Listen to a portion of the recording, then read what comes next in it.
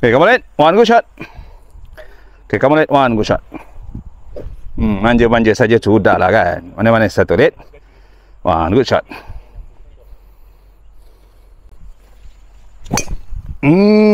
Alright. Dia straight tapi kanan bangka. Alright guys, pemandangan dari fairway.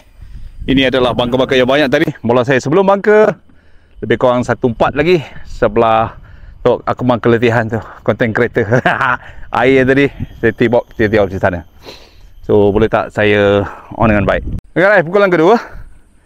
Saya try main 1/4 tapi angin di belakang. Saya main easy, saya main over club hari ni.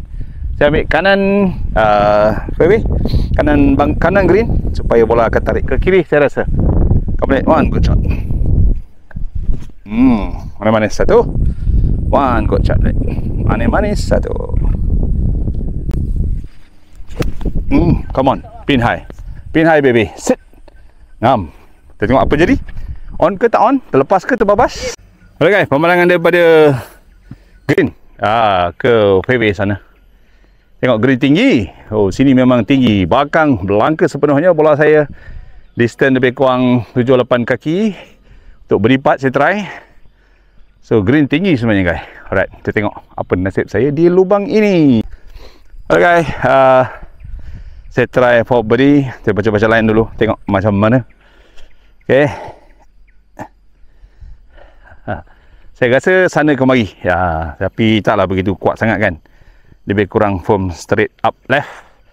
Saya ambil left cup saja. Boleh tak? Datang dengan baik. Satu. Bergreen sangat smooth guys. Sedap.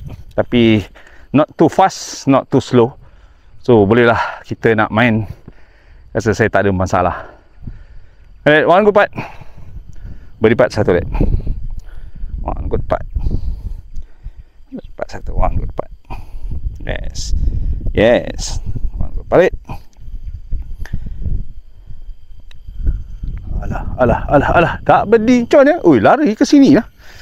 Pas saja guys. Alright. Manis-manis jengkel.